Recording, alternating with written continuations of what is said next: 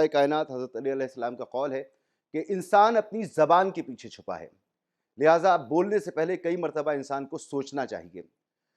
ایک بیانیہ ہے کہ تحریک انصاف کے چیئرمین، ان کی پارٹی اور ان کے دور اقتدار اور ان کی سیاست میں ملک میں بےہودگی اور بدزبانی کا کلچر بہت زیادہ بڑھا، اس میں کوئی دوسری رائے بھی نہیں ہے، لیکن اس کی صرف یہ وجہ نہیں ہے کہ لیڈرشپ کی زبان سے ہی اس طرح کے بیانات نکلتے ہیں یا ان کے جو فالوورز ہیں وہ اس طرح کی بات کرتے ہیں۔ پاکستان کی سیاسی تاریخ کو اگر آپ دیکھیں تو میں کہاں سے شروع کروں؟ میں فاطمہ جناح سے شروع کر لیتا ہوں۔ کیا کچھ نہیں کہا گیا ان کے بارے میں اور کیا کچھ ان کے متعلق عملی طور پر سیاسی لوگوں نے نہیں کیا، وہ سب تاریخ کا حصہ ہے اور آپ کے سامنے موجود ہے۔ پھر آگے آ جائیں، بھٹو کے دور میں آپ آ جائیں، اس کے بعد آ جائیں آپ نصرت بھٹو کے ساتھ کیا کچھ کیا، بے نظیر بھٹو کے ساتھ کیا کچھ ہوتا رہا اور کس طرح کی باتیں اور کس طرح کی زبان استعمال کی گئی، کس طرح کی فیک تصاویر ان کی گرائی گئیں، جلسوں میں کھڑے ہو کر کہا گیا کہ یہ انگریزوں کے کتے نہلانے والے لوگ، یہ کہاں سے یہ عورتیں آ گئی ہیں، ان کا پتہ کیا جائے۔ پھر اگر ہم مردوں پر آ جائیں صنف کے تقابل کے بغیر، تو پھر کس طرح کی زبان استعمال نہیں کی گئی، چور بھی کہا گیا، ڈاکو بھی کہا گیا، لٹیرا بھی کہا گیا، بدقماش بھی کہا گیا، کردار پر سوال اٹھائے گئے۔ آپ کو یاد ہوگی ایم کیو ایم کی پریس کانفرنس جو شریف برادران سے متعلق کی گئی تھی، کون کون سا نجی، ذاتی اور گھٹیا الزام اس میں نہیں لگایا گیا تھا، سب کچھ ہم نے دیکھا۔ ہم نے دیکھا یہ بھی کہ پیٹ پھاڑنے کی بھی باتیں ہوئی، سڑکوں پہ گھسیٹنے کی بھی باتیں ہوئی، تو بدزبانی ہماری سیاست کا ایک حصہ رہی ہے، پہلے بھی تھی۔ اب میں کیا فرق ہے؟ اب یہ فرق ہے کہ پہلے اشرافیہ کو جگہ ملا کرتی تھی اخباروں میں اور ان کی ہی بیانات آیا کرتے تھے، لیکن اب ہر شخص کے ہاتھ میں موبائل فون ہے، اب ہر شخص اپنی رائے کا اظہار کرتا ہے اور جو سیاسی بیانات ہوتے ہیں وہ پلٹ پلٹ کر سامنے آتے ہیں۔ پارلیمنٹ کے مشترکہ اجلاس میں بہت ہی معتبر وزیر خواجہ آصف صاحب نے ایک بیان دیا اور انہوں نے جو بیان دیا وہ میں ریپیٹ کر دیتا ہوں، آپ کے سامنے دہرا دیتا ہوں۔ انہوں نے کہا کہ اخلاق باختہ عورتیں، یہ تحریک انصاف کی جو پارلیمنٹ ہے، ارکان پارلیمنٹ ہیں، ان کے متعلق بات ہو رہی تھی۔ اخلاق باختہ عورتیں عفت و عصمت پر لیکچر نہ دیں، پہلے اپنا دامن دیکھیں پھر ہمیں پاک دامنی کا تانا دیں۔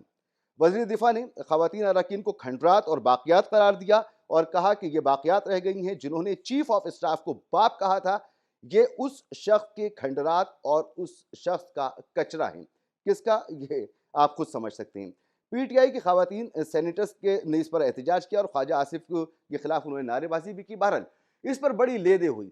پھر مجھے امید تھی، قوی امید تھی کہ خواجہ آصف صاحب اس پر اپنا وضاحتی بیان دیں گے۔ انہوں نے وضاحت تو کی، لیکن وضاحت کیا کی وہ بھی ذرا سن لیجئے۔ خواجہ آصف صاحب نے وضاحتی بیان میں کہا کہ ان کی بات کسی خاص صنف سے متعلق نہیں تھی، کسی کی توہین نہیں کی، جو کہا ٹھیک کہا تھا، اپنی بات پر قائم ہوں۔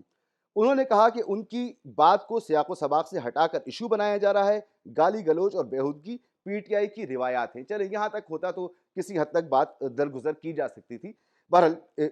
زبان تو غلط استعمال کی ہی تھی، اگر یہ تقابل بھی کیا جائے کہ وہ ایسے تھے تو ہم بھی ایسے ہیں۔ بہرحال آگے جو انہوں نے بات کی، وزیر دفاع نے کہا کہ پہلے پی ٹی آئی کی خواتین اپنے چیئرمین کی جانب سے مریم نواز اور فریال تارپور کے خلاف نازیبا زبان کے استعمال کی معافی مانگی، پھر میں بھی معذرت کر لوں گا۔ یعنی پھر انہوں نے مان بھی لیا کہ انہوں نے پہلے وہ کہہ رہے تھے کہ صنف کے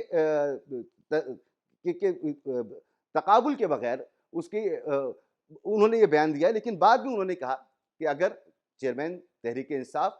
اپنی اپوزیشن یعنی ان کی جو حزب اختلاف ہیں ان خواتین کے متعلق جو انہوں نے بیان دیا اس میں معافی مانگے تو میں بھی معافی مانگ لوں گا، مطلب یہ کہ وہ بھی خواتین کو ہی ٹارگٹ کر رہے تھے اپنے بیان میں۔ اب معاملہ یہ ہے کہ یہ سارے پارلیمانی لوگ ہیں، پارلیمنٹ کی تقدیس کی بات کی جاتی ہے، اس کے احترام کی بات کی جاتی ہے۔ اس پر اسی دور حکومت میں ایک قانون بھی پاس کیا گیا ہے اور اس قانون کو اتنا سخت بنا دیا گیا ہے اور اس میں گردن جو پھنس رہی ہے وہ بیچارے صحافیوں کی پھنس رہی ہے۔ اور اس میں ہے کیا کہ اگر کسی رکن پارلیمنٹ کا استحقاق مجروح ہوتا ہے، اس پر کوئی الزام لگایا جاتا ہے، کوئی نازیبہ بات کی جاتی ہے، تو پھر